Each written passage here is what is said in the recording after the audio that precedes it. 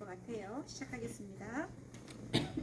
자, 247쪽을 보세요. 247쪽에 보면 이제 열왕기 상의 3에서 4장까지 내용은 지혜를 얻는 솔로몬에 대한 이야기가 나와요. 뭘 줄고 하나님이 뭘 줄고 했더니 솔로몬은 무엇을 구했습니까? 그렇죠. 하나님의 백성을 잘 다스릴 수 있는 지혜를 달라고 했어요.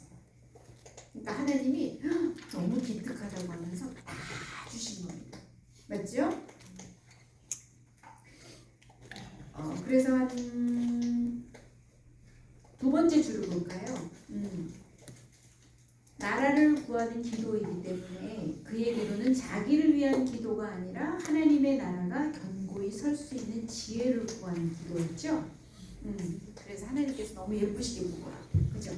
그 다음에 두 번째 단락으로 가보면 그게 나오네요. 두 번째 줄에 하나님은 백지수표를 솔로몬에게 주죠. 그 다음에 내게 무엇을 줄고 너는 구하라.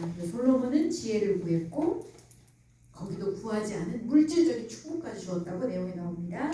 그 밑에 줄에 보니까 이 솔로몬의 기도에서 우리는 참 기도를 배워야 합니다. 우리는 우리의 뜻을 하나님께 강청하게, 우리가 하나님의 마음을 움직이는 강청이 많죠.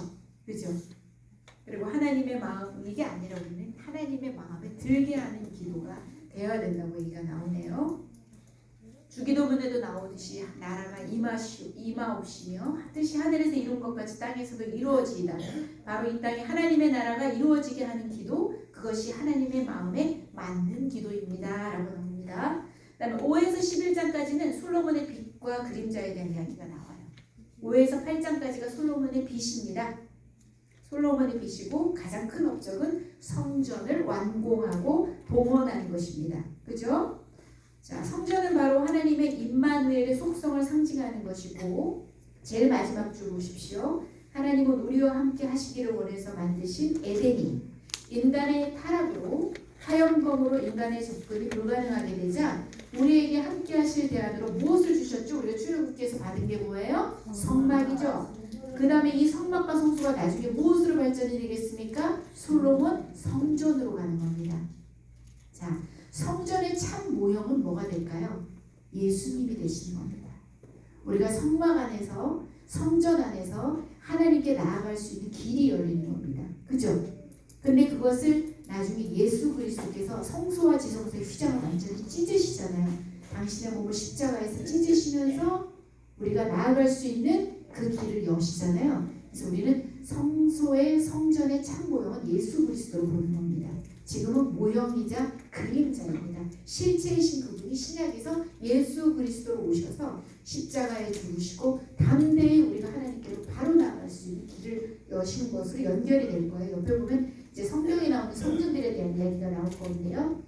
그 밑에 248쪽에 보니까 성막과 성전의 의미를 얘기했어요. 우리가 창세기 1, 2장에 보게 되면 에덴에 대해서 얘기가 나왔잖아요. 그죠?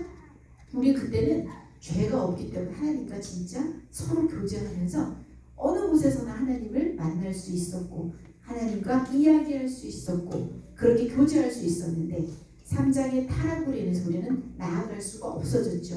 그런데 하나님께서 불쌍히 여기셔서 우리에게 성막을 출애굽기에 25장부터 해서 성막에 대한 설계와 성막을 허락하십니다. 그죠?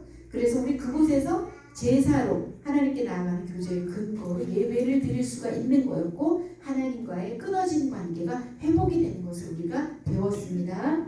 그래서 마지막에 보세요. 성전은 예수님의 그림자입니다. 그죠? 그림자는 실체가 아니죠?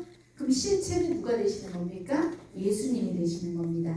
그래서 그리스도인은 여러분은 바로 무엇을 모시는 성전이 되는 겁니까? 성령을 모시는 성전이 되는 겁니다. 그 다음에 249쪽에 넘어오니까 성경에 나오는 성전들에 대한 이야기가 나와요. 자, 제일 처음에 나오는 게 뭐죠? 움직이는 성전. 뭐가 될까요? 성막이 되는 겁니다. 그때는 바로 1445년이니까 출애굽기 때가 출애굽하는 연도가 1446년이었고 자, 성막을 시내산에서 머물면서 성막을 출애굽기 40장에서 완성했죠. 그 다음에 두 번째가 나오는 게 무슨 성전이라고요? 솔로몬의 성전입니다. 그 다음에 나오는 성전이 수록바벨. 이걸 우리 나중에 우리 가다 보면 배워요. 포로 귀환에서 세울 성전이 바로 수록바벨 성전이에요. 그 다음에 성전이 뭐다? 헤롯 성전입니다. 자, 현재의 성전은 옆에 설명이 나오죠. 성전은 어디에 있다? 신자의 마음속에 있다. 신자의 몸은 메시아가 재림하실 때까지 하나님의 유일한 성전이기 때문에 우리가 함부로 할 수 없습니다. 그렇죠? 그리고 우리 안에 거하시는 그분을 주인 로드십을 인정하고 우리가 통치를 받아야 되는 거죠. 그렇죠? 그 다음에 계시록의 11장의 성전의 이야기가 나오고 우리가 또 에스겔에 가보면 또 새 성전에 대한 이야기가 또 나와요. 그리고 마지막에 그리스도가 임재하는 영원한 성전, 가장 위대한 성전, 계시록 마지막에 가면 그 이야기들이 나올 겁니다. 그죠? 그래서 제일 끝에 보니까 이 성전을 나타내는 요 히에로는 예배의 장소이며 주로 하나님에 대한 민족적인 예배를 위해 지어진 신성하고 거룩한 공간이다. 그래서 뒤로 넘겨보세요. 이제 우리가 그리스도의 성전이 되었습니다. 그 다음에 이제 성막의 성전의 목적은 새하늘과 새 땅에서 하나님 나라로 완성이 됩니다. 자, 그 다음에 열왕기상 9에서 11장까지가 이제 솔로몬의 그림자, 이제 빛에 대해서 반면에 그림자입니다. 어두움의 모습인데요.